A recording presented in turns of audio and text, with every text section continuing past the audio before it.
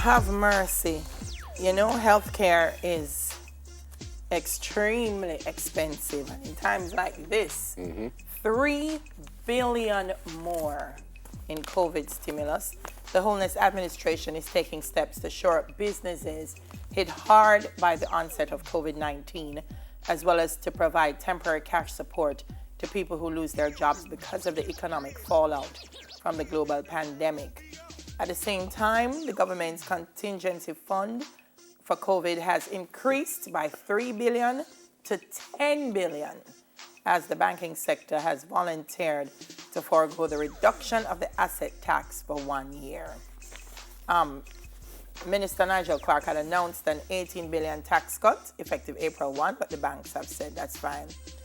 So they have a CARE program, COVID allocation of resources for employees, and it has different elements. The first one, business employee support and transfer cash.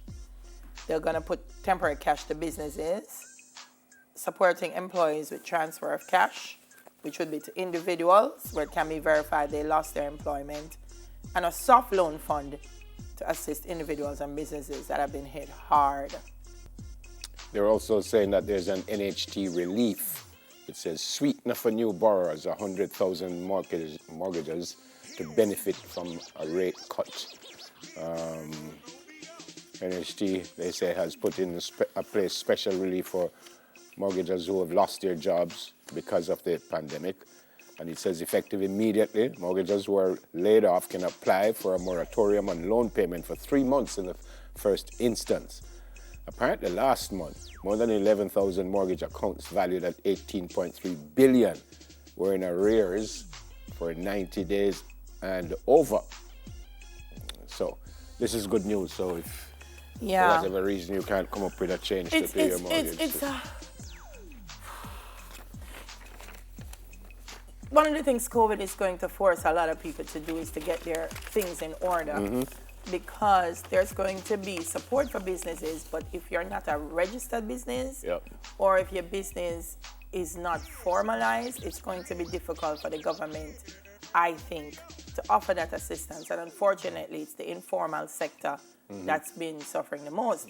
So I hear what the minister is saying, but I'm thinking the hairdressers, the nail techs, the creative people, how do they get to benefit? Because they've been affected terribly. But I guess they'll work it out. Somehow entertainment ministry and culture ministry is probably going to have to get a registry going to see how they can benefit. And you also heard from the Prime Minister, who was suggesting that we need to be more mature. I read yesterday that the folks who are in quarantine in Bull Bay, apparently there are ways to get in and out. Even our reporters apparently found a way to get in and out, even though they're not supposed to go in and come out.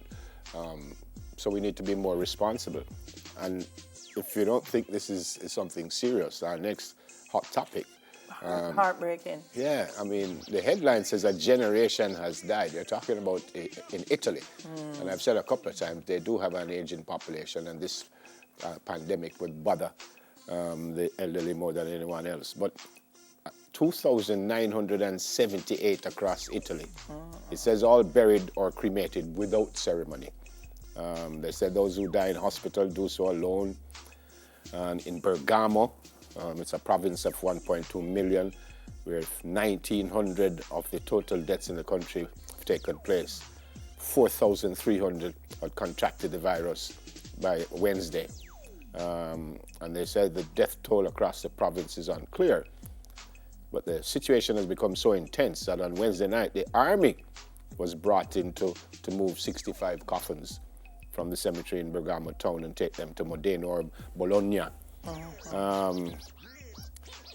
And the funeral director, the largest one, says in a normal month we would do about 120. He says a generation has died in just 2 weeks.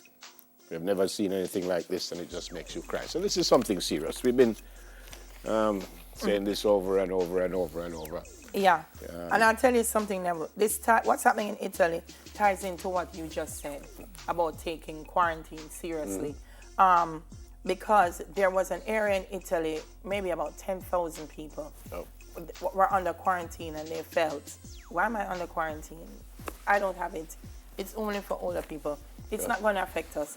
And they, for want of a better word, broke out of the quarantine, and that contributed greatly to the spread of it. Yep. So just stay, it's a couple days to protect yourself and the people around you. Because when you come out, where you go? To your friends and your loved ones. So you're going to hurt them too. Yeah. All right.